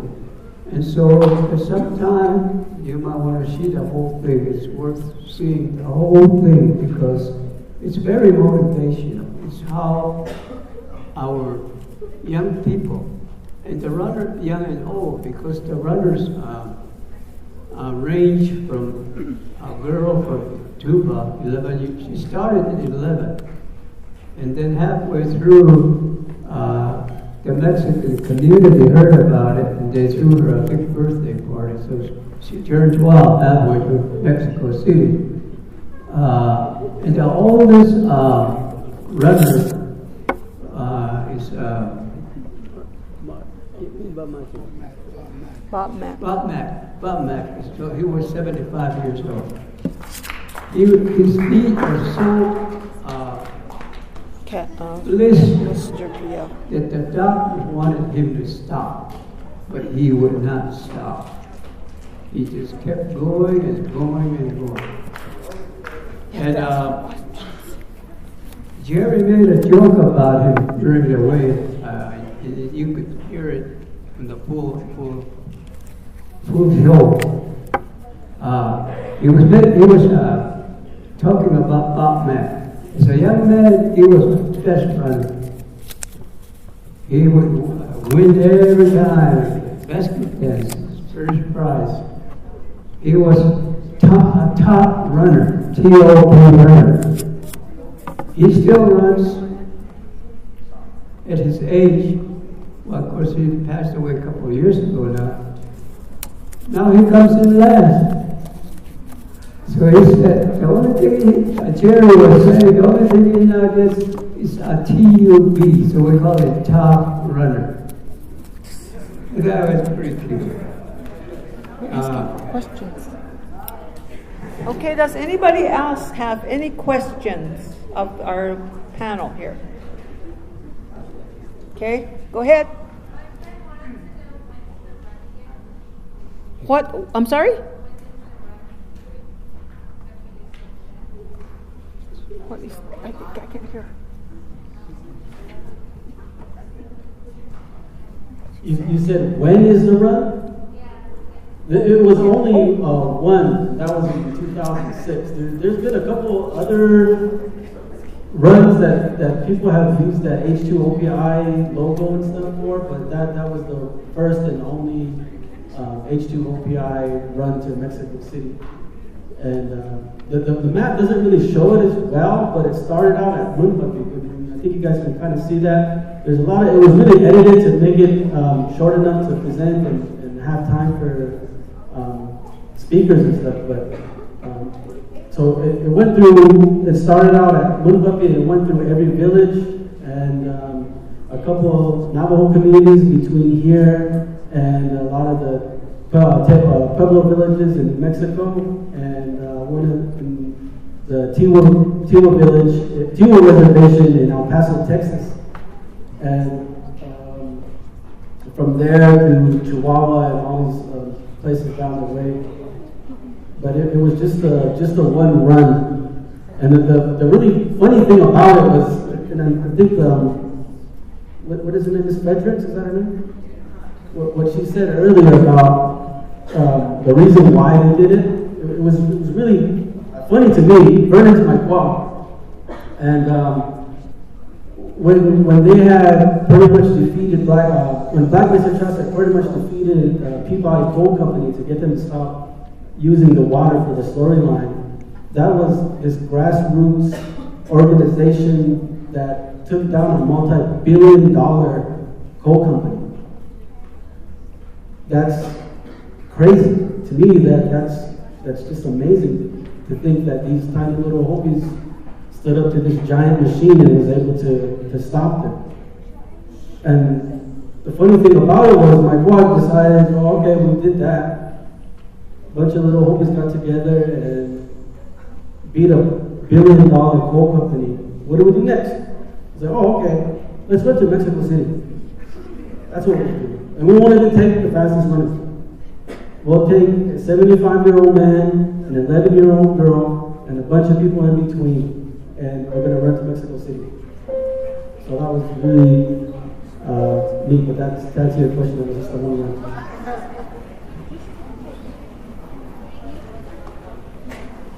Anybody else? She's giving out raffle tickets to people who are brave enough to ask a question. So ask a question, get a raffle ticket.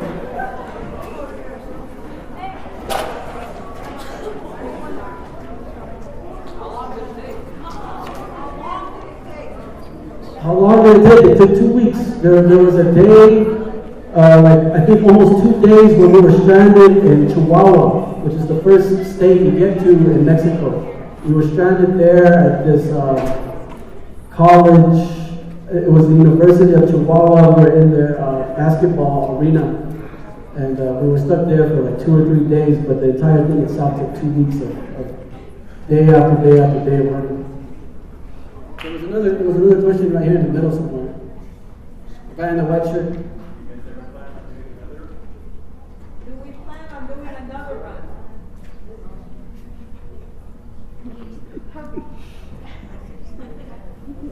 Well, I can answer that in this way.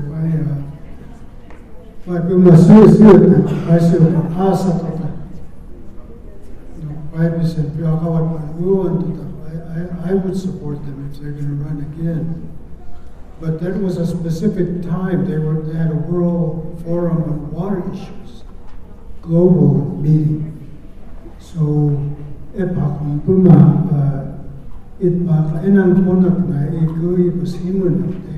talked about water as a commodity, as a social right, all these things, but they didn't say what we know about it being sacred. That's a message they thought was missing. So that's a message they carried down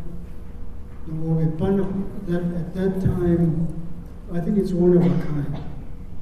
And I don't know if it's going to ever happen again.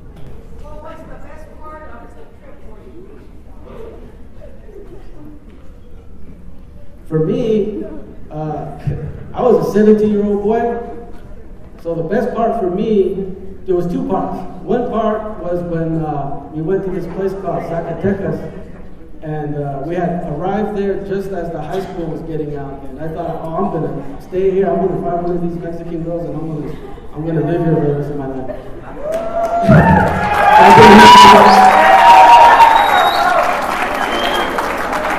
The second best part was sneaking off to eat a taco, because everywhere we went, they only fed us like cactus, rice, beans, and tortillas. That's all we ate. That's all they fed us. We thought we were going to have like empanadas and tacos and all kinds of stuff, but that didn't happen. We stayed in the poorest of places, and we didn't have we hardly had anything. We didn't have anything. So eating a nice taco early, first thing in the morning with a soda was good. So I hadn't had that in a week. It was delicious.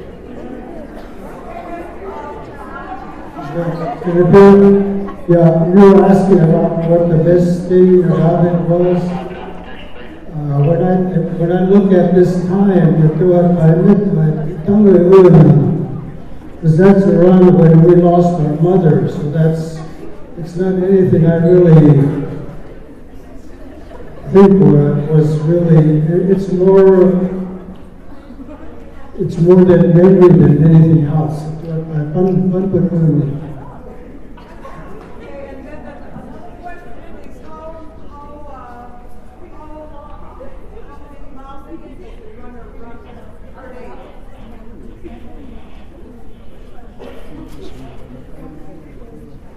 I think they were about 5-mile relays.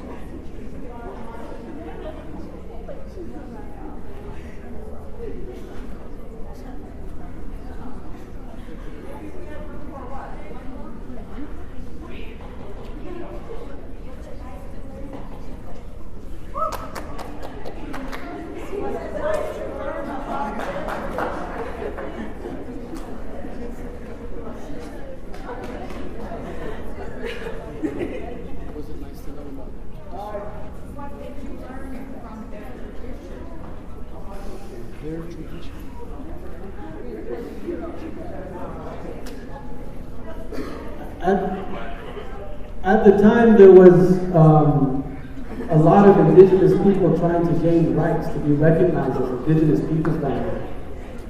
And when we went down there, I had this idea in my head that we had it bad as being native peoples in the United States and all the broken treaties and the smallpox and boarding schools and all those things. Like I thought we had it bad, but we're recognized as indigenous sovereign people here.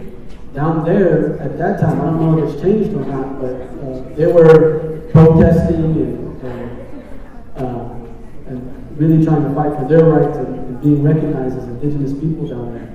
So when we went across, the federales were following us the entire time in these black vehicles because I think they just thought we were there to be rabble rousers and to try and spark some rebellion or something that was going on. So it really made me grateful for, in a way that we're recognized here that we have a lot of rights that they don't have down there. They were fighting for it at that time, and that struck me. One of the other things was the Ramoni people, just how good they were in their sandals. They had sandals and they were fast. They played that game with this. It's almost like a ball that's made out of like rubber and hair and stuff like that. And it's that same game. What is it called? I've never seen it played myself, but I know my father and them have seen Hopis play it. But when they play it around like a mountain or something. So again, something we didn't really get to see because we didn't get to really venture out much because every day was pretty much we knew what we had to get to at the end of the day. They really look up to native peoples in the United States, those indigenous peoples down there. They really revere us up here. So much that they had powwow drums. That was something that they see all the time, maybe in movies and stuff. But that was really neat. What I learned that really hit me real hard is how poor these people are.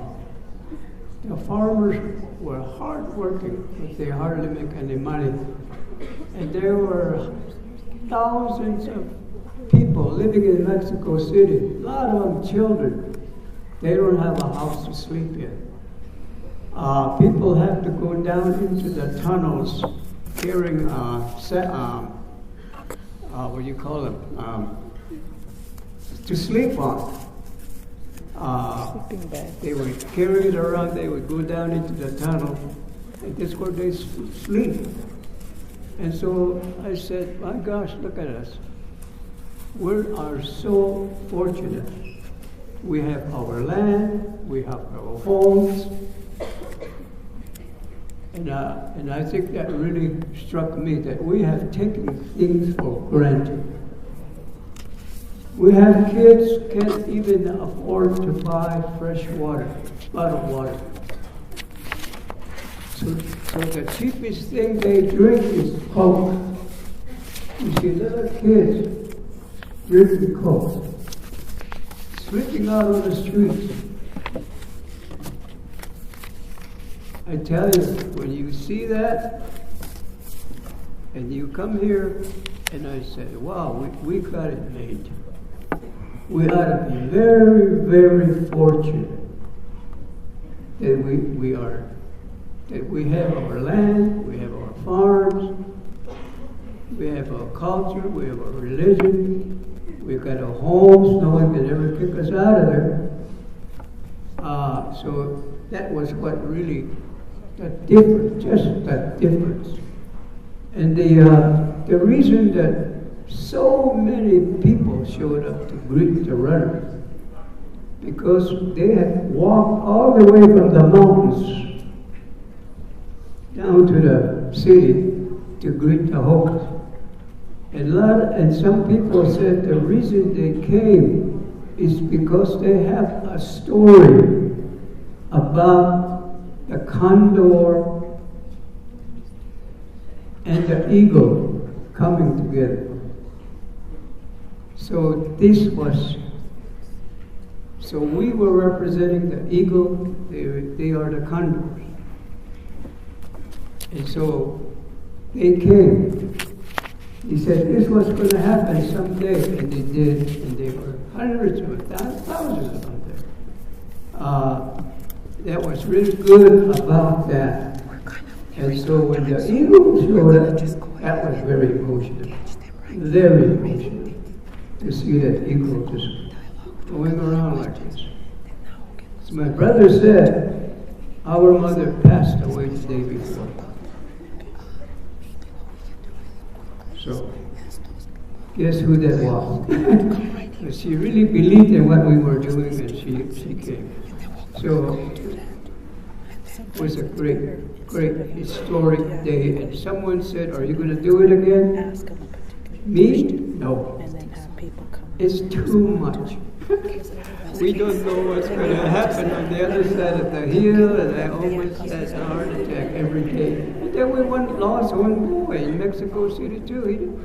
He didn't board the buses we were living. And somehow, miraculously, one of our friends who was there saw him and took him in and called us. And they said, there's one of your runners here. It was almost midnight. That thousands, millions of people there in this Hopi border didn't know what to do, but fortunately he was found and delivered safe. Okay. Okay, we'll do one more question about the video, and then we'll move on to a different subject. Again, ask a question, get a raffle ticket. Girl in the pink, I saw her hand go up first. What was Mexico like? It was scary. It was huge. We didn't really get a whole lot of time to wander around. Only the one guy that got to see most of it is the guy we left behind in Mexico City at, 9 o'clock at night? Yeah. We were leaving Mexico City on the buses, and the bus driver said, it's 9 o'clock, we gotta go. So he took off, and the guy was running to try to get on the bus, and we left him there. We got him back, I think like a day or two afterwards. He found his way to the American Embassy, and we didn't get a whole lot of time to walk around. We did go to I myself went to the Zocalo, the plaza where there's like a giant flea market, and what's really cool about that is that whole place was built on Aztec ruins. So there's like a bookstore, and as soon as you walk out of the bookstore, there's a temple or a statue there that was built by Aztecs. So that was really neat. Okay, so she's gonna get a raffle ticket. So about this morning, about some of the films you guys watched this morning. Does anybody?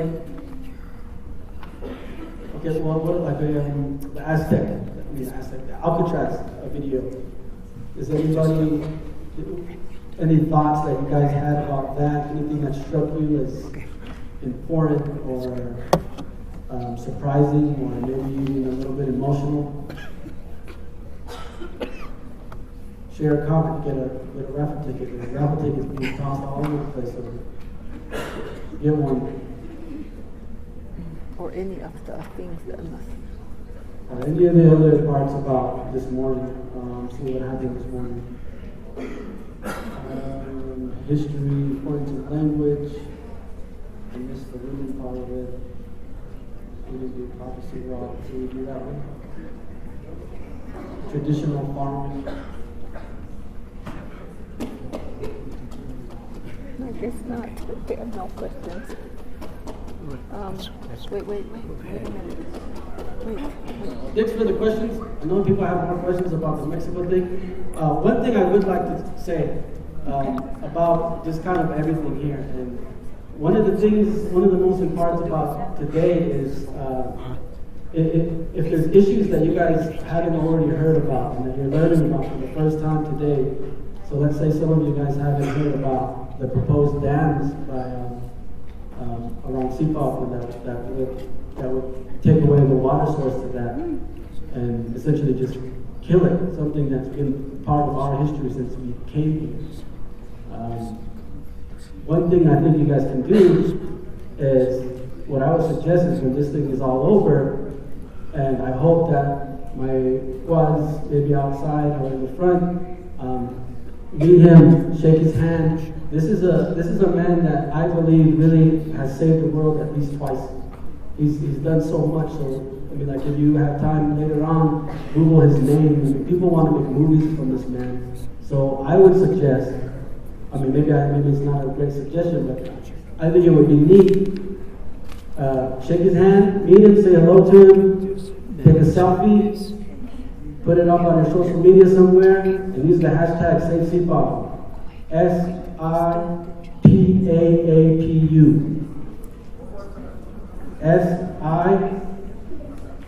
SIPAAPU, right? SIPAAPU. SIPAAPU. SaveSeaPapu. If you can put that as a hashtag, people here are probably going to get likes. Tag at Vertical Science, I don't know what was in there, or at Black Mesa Trust. They're on Twitter, they're on Facebook. They use that hashtag SaveSeaPapu to make this great man right here, my boss, and just put it out there. That's at least one thing you can do today on top of signing a petition. And for you seniors who are going to be moving on to college or trade school or work, or maybe you're an artist, you can be part of something greater once you leave that and be part of it. Become active. Something that I've always thought about when it comes to Hopi is it can be reached in a lot of different ways.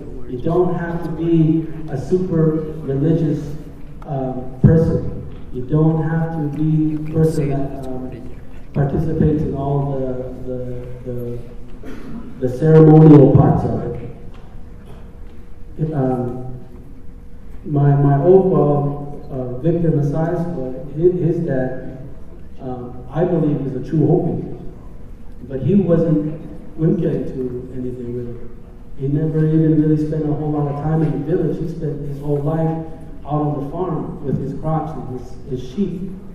I was lucky enough to see a lot of that when I was growing up, and the dedication it takes to be able to live that kind of life it's a lot, and the discipline it takes to be able to be a farmer and a sheep herder for your whole life.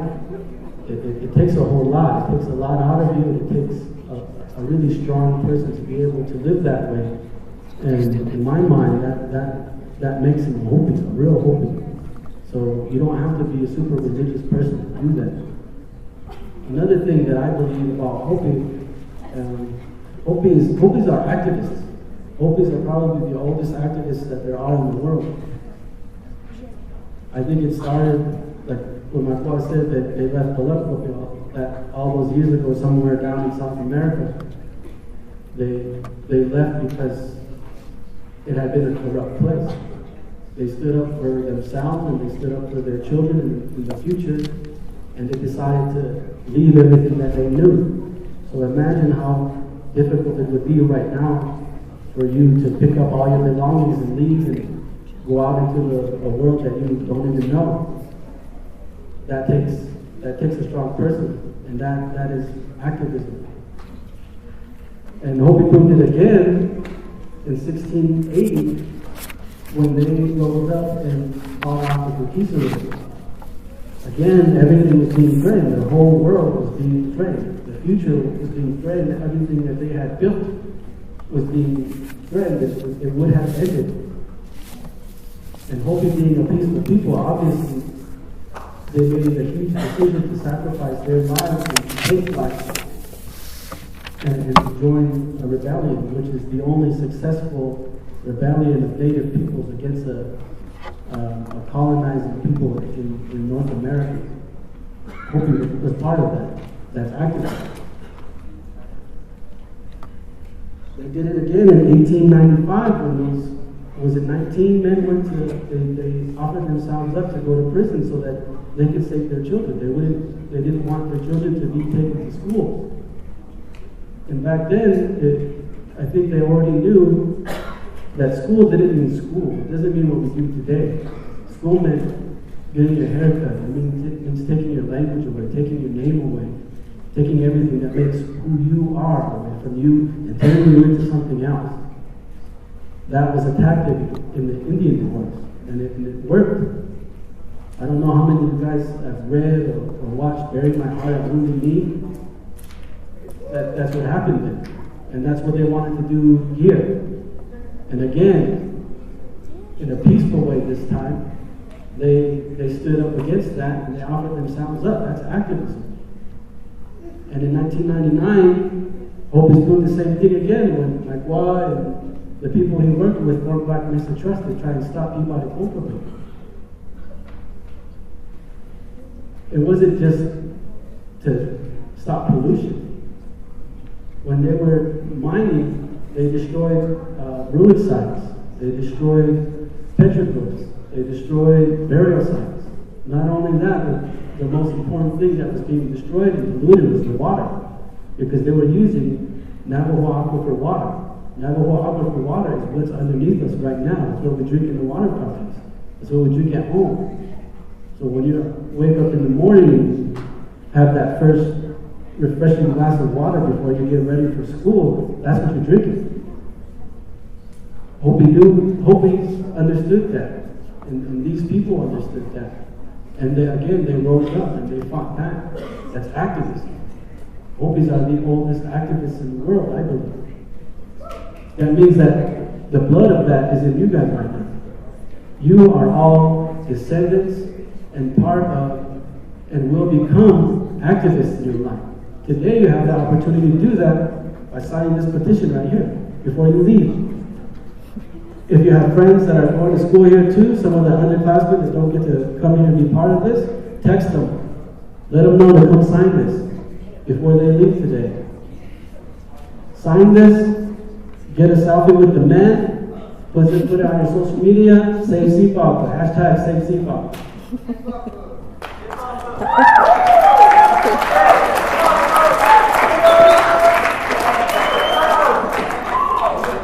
Okay, thank you very much, Kendall.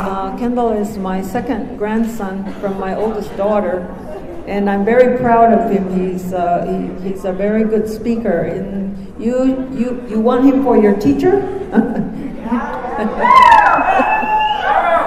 Okay, so what I want to say, just add to all the things that you've been hearing here this morning, and everybody is, here's Vernon sitting up here.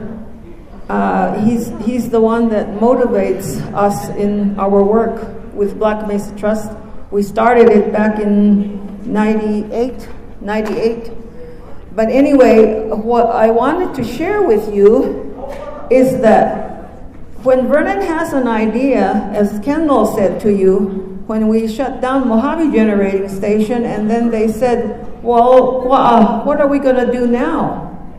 And then Kwa says, let's run to Mexico. And then everybody laughs about it, but he's serious. So now, guess who's going to make that run to Mexico happen? Not Vernon. No. I get stuck with all the planning, all the fundraising, all the details that we need to go through, all the runners that I had to interview and approve of. And that was a whole lot of work for me. Vernon just got to have a nice idea, and then guess who has to bring it to fruition? It's me. So just want to let you know. Okay, now we're going to, we have a poem that was supposed to be read by my daughter. She and her friend, classmate, wrote it back in 8th grade, I believe. But she is not feeling very well. She had to leave today. But you have that poem in your folder. So please read it, because it's a beautiful poem. And I would like you to all make sure you read it. So.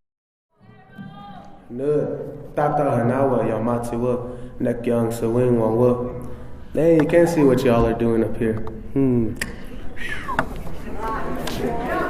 Well. A Vision, a Dream by Nathaniel Rogers and Denise Messiasva. They hear you?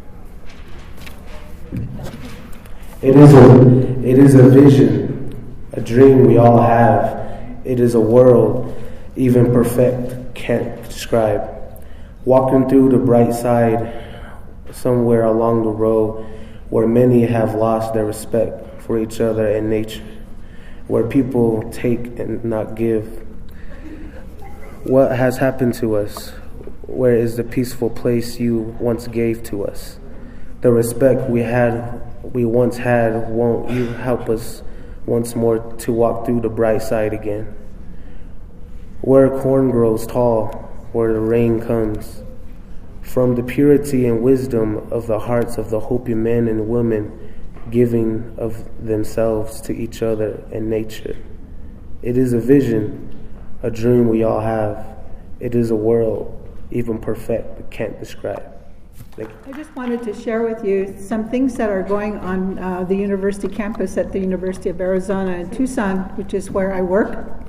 And I want to use those two stories to point out that everything that we've been telling you today rests in your hands, and we really need you to come forward and project yourself in a way that is going to make everyone proud and to carry on the work of our ancestors, to really think about them as you go along your day. One of the things that has been happening is that the president of our university, came on a group of Native students who were doing an activity on outside of their classroom. And he made inappropriate, stereotypical comments to them, thinking that that was a good way to make friends with them or to connect with them. He told them that he wasn't going to pull an Elizabeth Warren thing, you know, where she said that she was of Indian heritage, and she's been getting talked about by President Trump and being called Pocahontas. So that was kind of the segue he used, but what he said was he'd been always told that he had high cheekbones. So he went for DNA testing, and the results came back negative. But because he knows he has high cheekbones, he's going to go take the test again. This is a president of the university saying this to a group of Native students. Well, what happened is they were so shocked they really didn't respond to him. But it was about a month later that these two students, and they were undergrads, so they're not that much older than you are, they decided that they were going to do something about it, and they went to visit him, and they told him that it was very insulting to them to have heard that, and very hurtful. And it's really created a huge movement across the university among Indigenous students, faculty, and anyone who comes to our support. And he came to their class about 4 weeks after this incident, even though he had promised to come back and apologize to them. It took him almost a month before he came back. I was there when he was making the apology, and I can't tell you how proud I am of those students and their mentors who were so full of integrity. They didn't mock him, they didn't criticize him, they just told him how he made them feel. And then they forgave him. And then they gave him a tukwabi to keep as a reminder that he needs to think about what he says before he says things like that again. So it's really created a movement, and it's even better because these are undergrads, not graduate students, undergrads who are doing this. They put together an organization called Voice. So they are doing really good work. They've unified us. But I wanted to use them as an example to say that's exactly what we are looking to young people today to do, to project that image of integrity and self-identity and pride in that, and to speak on behalf of their ancestors. The second thing I wanted to share with you that I heard at one of those meetings was the number of Native students who are pursuing degrees in their field, but they're the only person in that field, the only Indigenous student in their classrooms, the only person who are seeing their disciplines being taught to them by non-Native people. And again, it's the non-native people that oftentimes say things that are very, very hurtful. One of them just said in his geography class, his professor was talking about the issue of water. And he said out loud to his students, what are we going to do to keep the Indians from taking our water? This is a professor at the University of Arizona. So our issue today is water. How would you stand up with integrity and confront these kinds of things that are going on? They have never stopped, and they probably aren't going to. The only thing I can say is that oftentimes when it takes something like that, it really wakes us up, and it's a struggle. But one of our students told us that it's really the fact that we should embrace the struggle. Because if you give up on the struggle, if you walk away from it, if you succumb to it, you become complacent, and they can take over. So I want to impress upon you to listen carefully and to do your part. And again, it's with those idea of Bampay Haki Efningwa. It's up to you. Maybe not all of us are going to do anything about it, but those of you who are going to take this to heart, I really support you. I think we all will. And we're not being watched by just each other. Our people are watching us now, just like that eagle flying across. We're being watched. So I leave you with that. Asquali for letting me be here and talking to you.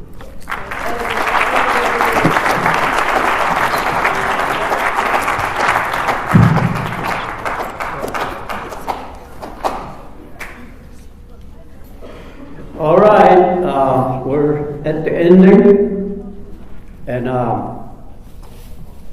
like my wife said, I'm a dreamer. I dream ideas, and then I turn it over to her and say, you carry it out. So I really can't do without her. She's the one that runs all the computers. I don't even know how to turn a computer on, and I don't want to. So thank you for being there.